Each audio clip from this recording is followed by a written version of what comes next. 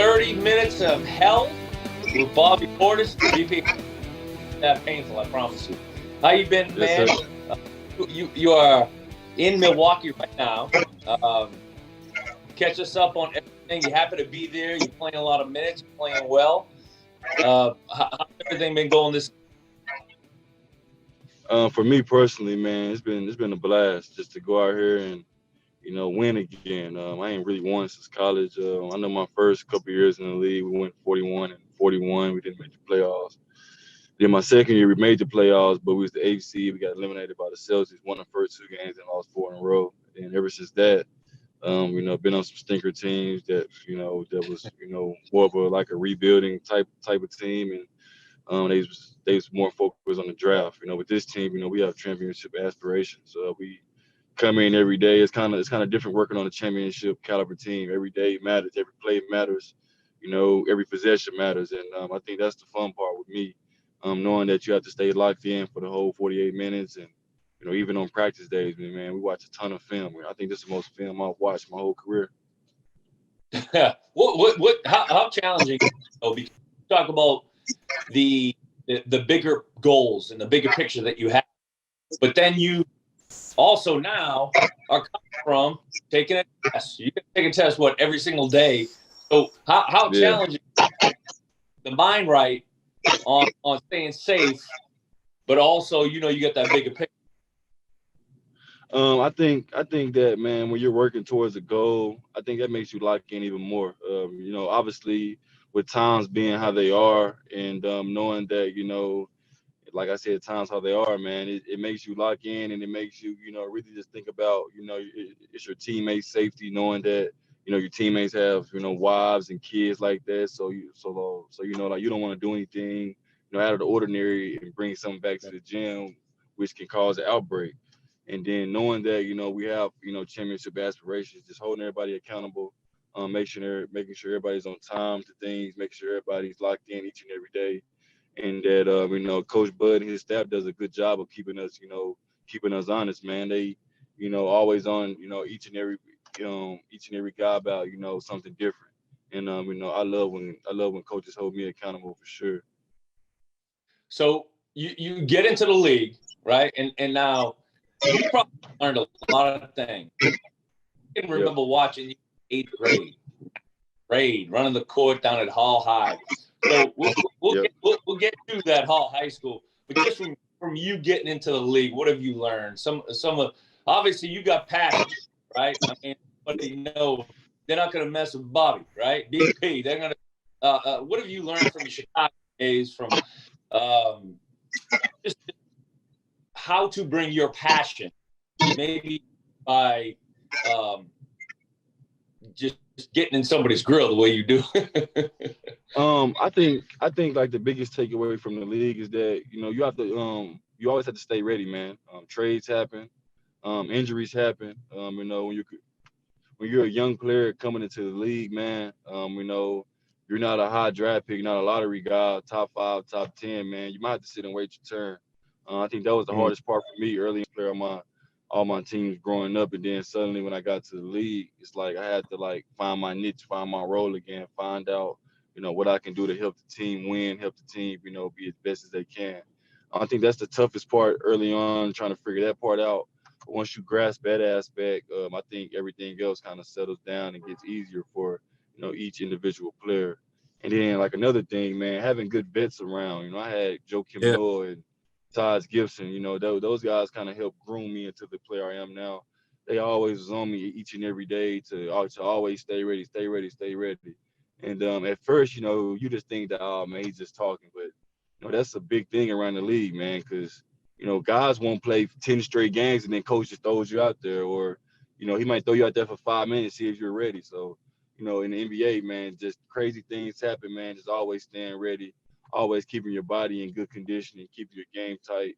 All those things matter, man, because every possession really matters, man. That one possession when you could have, you know, been in a little more shape and got an offensive rebound right there and got a putback, or got a fire out three for your teammate. All those plays, help, impacts winning. What do you think? Growing up in Little Rock, how you did?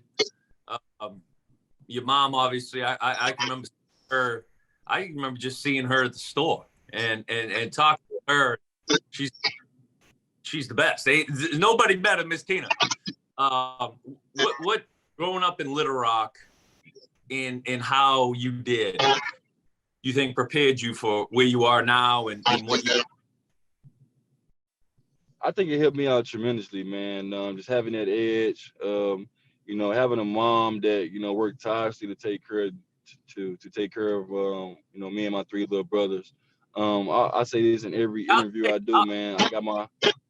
I'll tell you, you know, I'll be shopping, right? You know, your mother she was in the distribution, right? She was stocking a lot of the food. The bread. Yeah, the bread. So I'd be talking to Mama. I see. Yeah, like my mom, man, she's a go-getter, man, for sure, man. Yeah. Like she'd get up at 2, 3 in the morning, work to 12, you know, come pick us up at 2, go back to work, and never complain. So I know if I can, you know, work as hard as I can and knew where I came from, and, you know, put as much time as I can into this game, I know I can get it all back and, you know, help her out, man. I think me growing up in Little Rock, you know, having a single mom that worked hard to take care of me, man, that kind of motivated me even more to, you know, want to be an NBA player, want the best for myself and want the best for my mom and my 3 little brothers. When when did you first beat her one-on-one? She think she could post you up? That took me a long time. My mom's really pretty athletic, man. She played basketball growing up, in college and things like that. So it was kind of tough. And, you know, I was a skinny kid growing up, so she was like kind of strong, actually. She was kind of physical. Hey, she delivered the bread, man. Of course she got to be strong. She was kind of physical for sure. Yeah. Is she live with you now? Is she out in Milwaukee? Now, I bought my mom a house in Little Rock. Well, actually, Maumelle area. She lives in Maumelle, and you know, she stayed there with my 3 little brothers. You know, one of my little brothers in college now. He goes to the University of Arkansas, and my other little brother, he committed to Arkansas State football. So, you know, next year she only have 1 kid in the house. So, I mean, it's kind of crazy how fast and how, you know, it's how fast life comes and how fast kids grow up. Man, I just feel like. And I was just 18 in the house with my little brothers, and now we're all going to be out the house. So it's kind of crazy, man. How often you talk to her? Is she calling you? I talk to my mom every day. Man, I'm not going to lie. Like, my mom's my biggest critic. Like, even if I have a good game, the game still wasn't good. My mom was always going to tell me what I didn't do. I could have got this rebound. I didn't hustle hard on that. And every time I miss a free throw, my mom is just always on me about the free throws, man. She stays on me about those. So she's my hardest critic for sure, but it's always brought the best out of me. So you're growing up in Arkansas, okay? Now I know I'm a little bit older, but who are you watching? Like you're growing up watching the Hogs. Yeah. What era are you watching? Probably all. Sonny Weems. Yeah. I like the Sonny Weems team. Ronnie Brewer, Courtney Forson, Michael Washington. You know. Marshawn Powell, that's like my era, man. Those guys, you know, I really like Michael Washington growing up and Courtney Force. I like that duo right there. That was probably like my favorite duo. You know, I think we beat Texas and Oklahoma that year. That was like my 8th grade year in middle school, man. It was fun, man. And you know, just watching those guys compete, watching those guys push the tempo. Like all those things made me want to be a Hog, man. Just, you know, seeing it raise it back on the floor and, you know, seeing how they played and, you know, how passionate they was. Did you realize when you were coming up, you went to Hall High School, the 4 state champions? Did you win all 4 of them? Yeah, I won every year in high school. You won 4. That blows my mind. You won 4 state championships in high school. Do you know how rare that is? Like like yeah. To even go to I was on the team with Jabari Parker, and we were talking about it and stuff. And he said he won 4, and when I said I won 4, he really couldn't believe it. Yeah, it is. It's ridiculous. Yeah. But did you realize the history of Hall High School with Sidney Moncrief? Obviously, Coach Sir is a legend. Coach Coleman is the man. He's a legend. Did you realize when you were 7th, 8th grade, you're getting into Hall High School, what it's all about there? So I'm not even gonna lie to you, man. Like my dream high school was Parkview. Like I wanted to go to Parkview. All my Oh, friends, yeah, I swear to God, hey man, like you can start a war in Little Rock. yeah, yeah. All my like I went to Horseman, and all the people from Horseman go to Parkview. But like I couldn't get in for some reason. Like my best friend growing up was IJ Reddy. He was the point guard at Yeah, Parkview. IJ. That was my point guard in middle school, and we all wanted to go there and play for Parkview, but I couldn't get in. So my mom asked me like, what school do you want to go to? And I was like, I don't want to go to Central. I don't want to go to J Fair. I don't want to go to McClellan. Well, should I go to? I just go to Hall then. Just make the best out of it. And shoot, it just worked out how it worked out, I guess. Make the best out of it. We just won 4 Yeah. state championships. Yeah, it's crazy. Like we had a great team. Like every year we was stacked, man. Like I think my sophomore year was like probably our most stacked team. Like we had like 10, we had like 4 teams in one.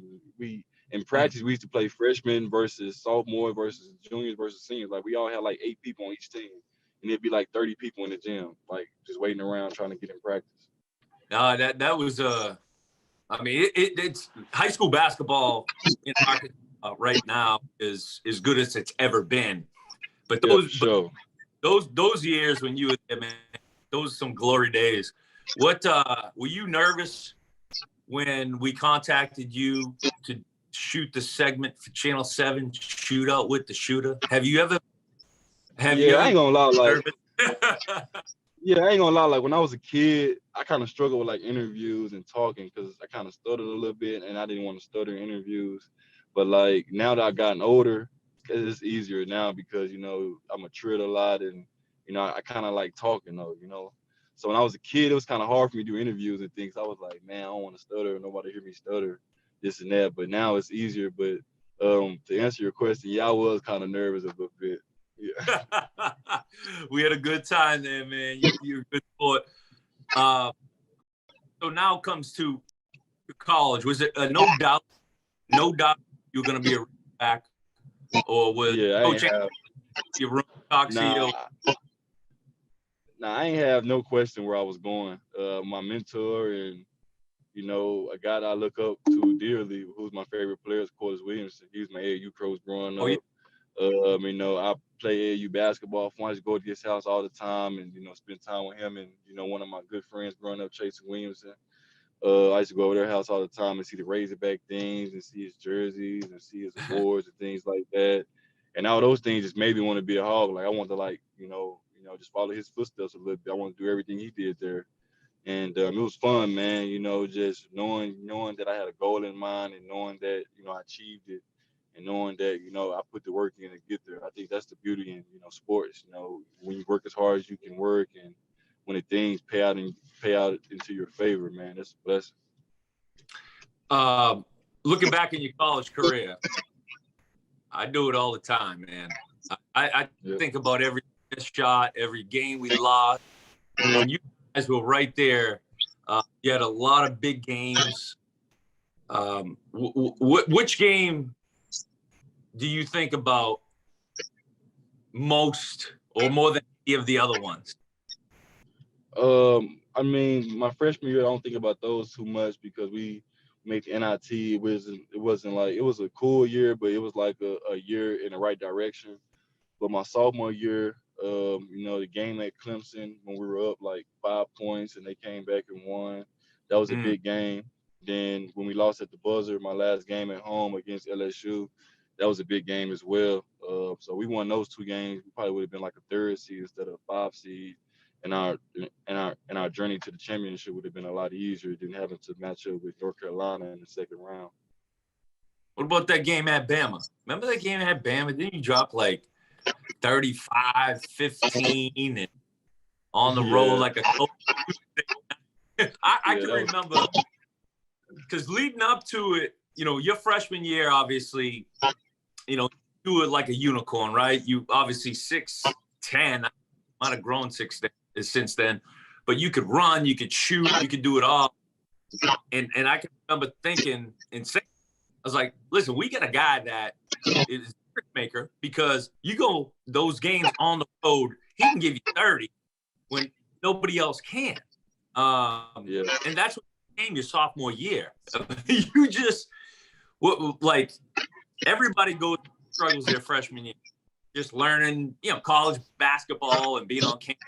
All of a sudden now, your sophomore year, you become SEC like player of the year, like the best player in the league. How even realize that you were going through this, or did you prepare? It was just something that it just clicked.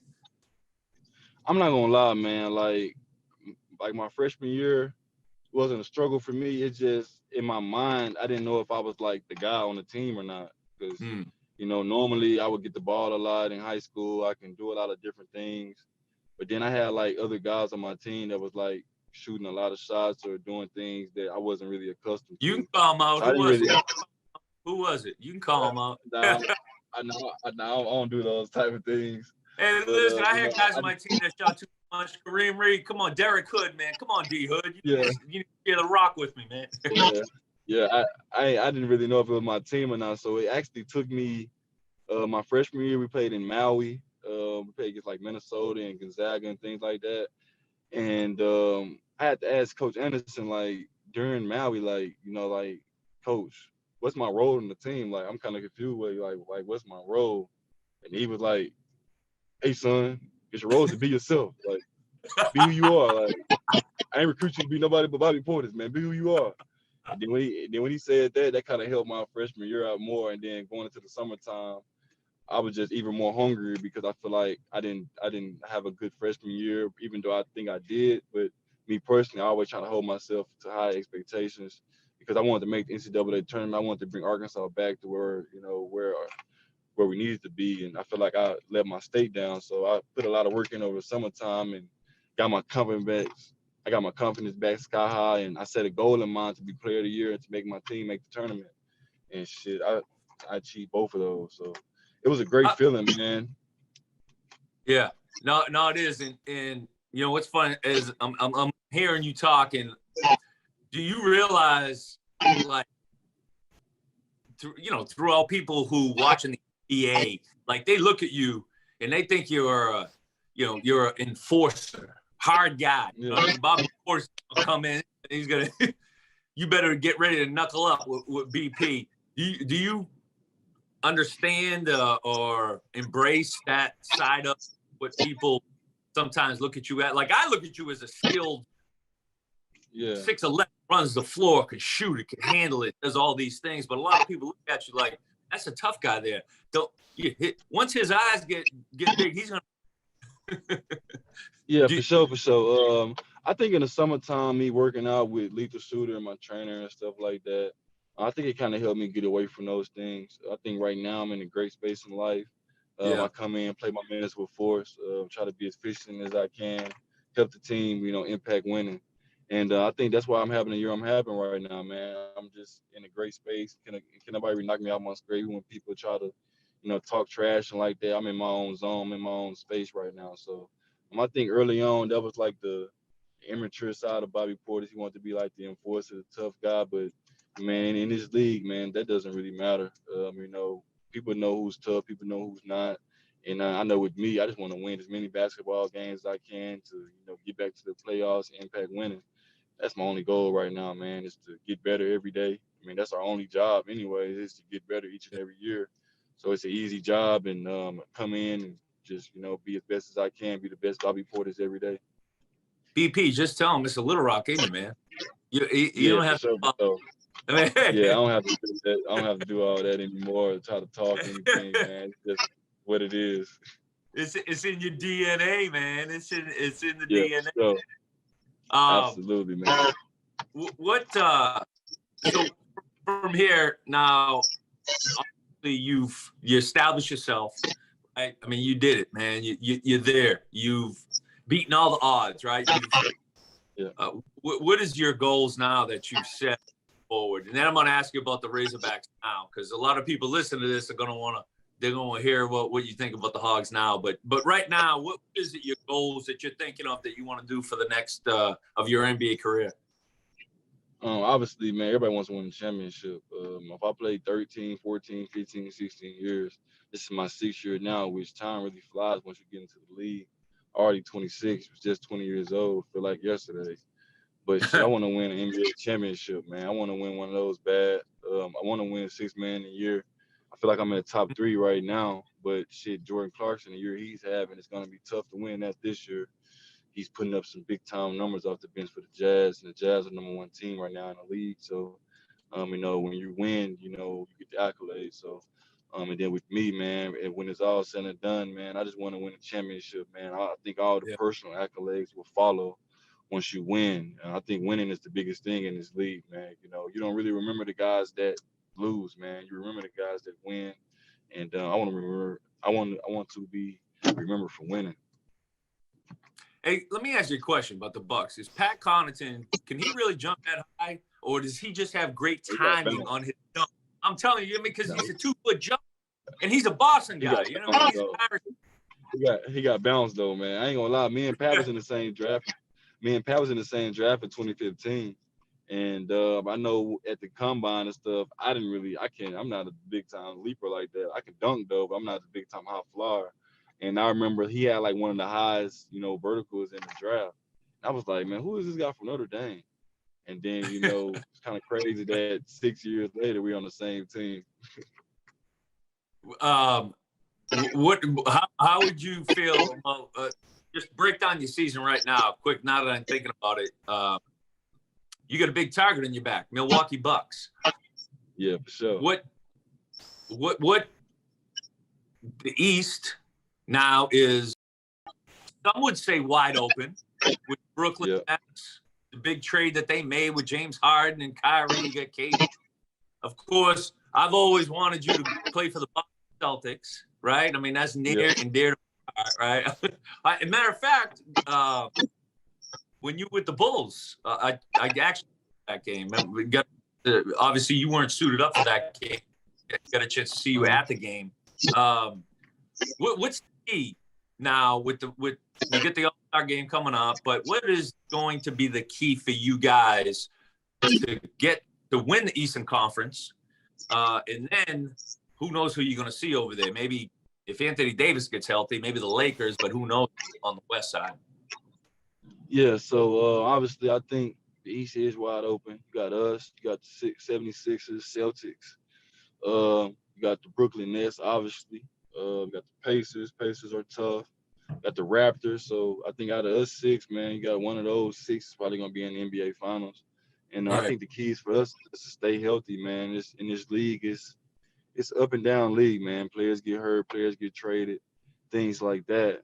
With this COVID stuff in place, man, we won't have our starting point guard. I think everybody's going crazy because we lost 4 in a row, but fuck, man, Drew makes a big difference out there, man. When you don't have your starting point guard and he does a lot for your team, it's kind of tough, man. And I think all teams have went through it, man. I think the 76ers played a game when they had like 7 players or something like that.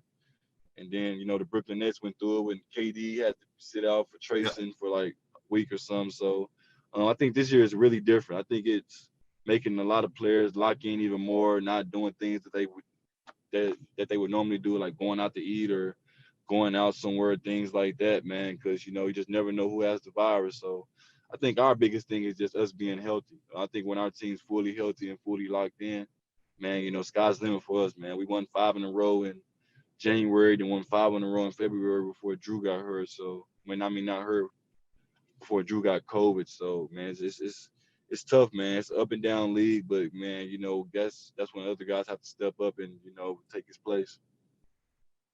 Yeah, man, you got to make sure to, instead of going out to eat, you got to bring everybody over. Show them that Little Rock, Little Rock food. Cook them some Southern cuisine that mama taught you. Yeah. For sure, man. But with me, man, I can't cook to save my life, so I don't think I'll be the one cooking, bro. Hey, listen, I don't think it'll be me. Bad thing, man. Look at me, man. I put on the 20 just because I do like to cook and eat. So, hey, that's quarantine weight. Huh? That's quarantine weight. Man, I'm telling you, I'm trying to get back. I can't find it. No shooting, man. I was shooting like 300-400 shots a day, man. I can't do find a gym to get. Yeah, it was tough. I'm not gonna lie, it was tough finding one. We was Yeah. working out sometimes outside, man. We was outside working out sometimes in the summertime and stuff like that. We were just finding other ways to just get some, just try to get some conditioning in. I actually took up, believe it or not, what I'm doing now,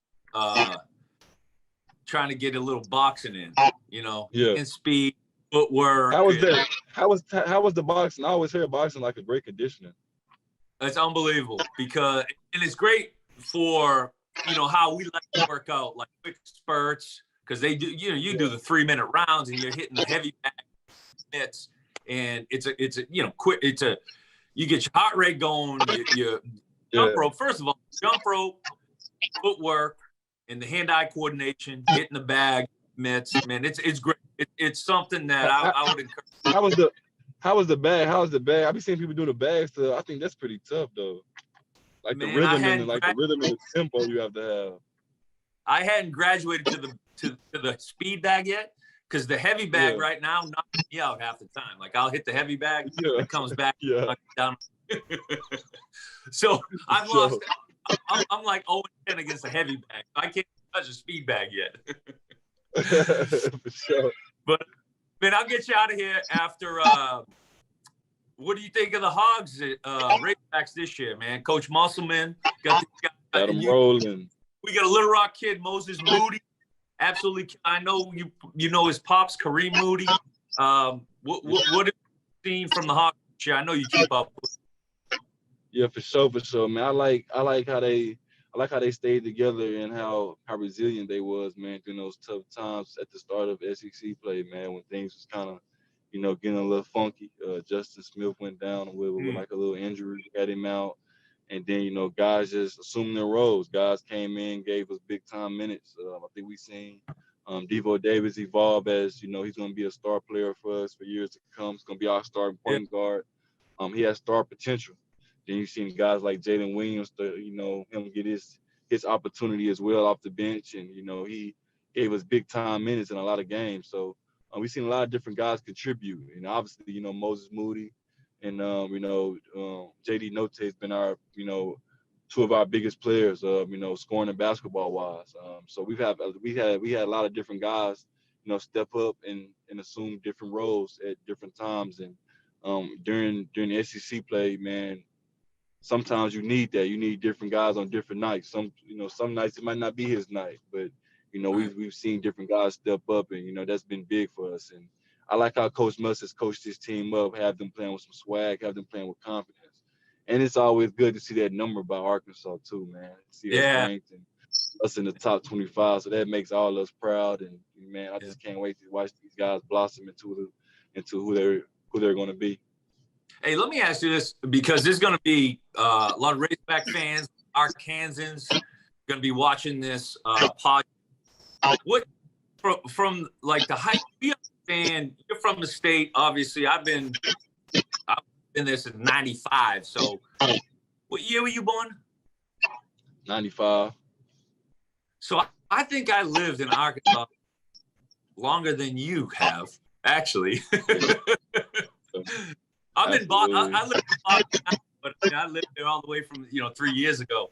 What do you see as the what's most important from getting the high schools and the high school basketball players?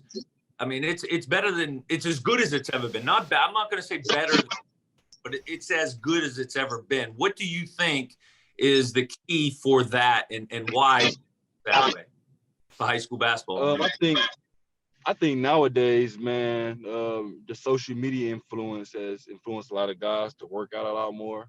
I think now everybody has a trainer. Everybody has somebody that goes to the gym with and works on their game. Everybody has somebody that's pushing them. Everybody has somebody in their ear that wants them to be great. And nowadays, you see a lot of guys with, trainers that go to the gym with. When I was growing up, we used to always go to the gym together. Or, some guys might not have a trainer, but we'll work out with our buddy and get some shots if he'll rebound for me, then I'll take turns. The next round rebound for him. It's a lot different from when I grown up now.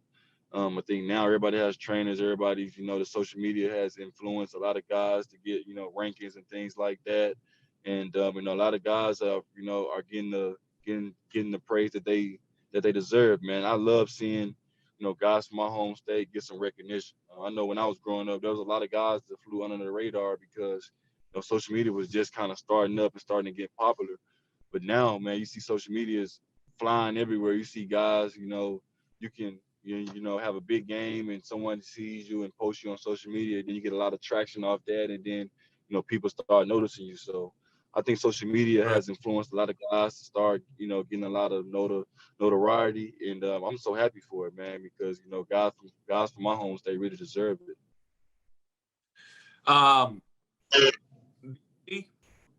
I appreciate you joining us, my man. When are we gonna have a Bobby Jr. throwing that Razorback jersey on? I don't know, man. I'm the junior though, so I think Junior already threw it on. I'm gonna take my time. Okay. Yeah, Junior already threw it on, man. I don't know when the third coming, man. Not no time soon, but hey, I'm shoot, not putting man, pressure on y'all. I'm sure Mama Tina's gonna put enough pressure on you. Okay. Man, for sure. Know that. Man, I appreciate it. We're all proud of you. It's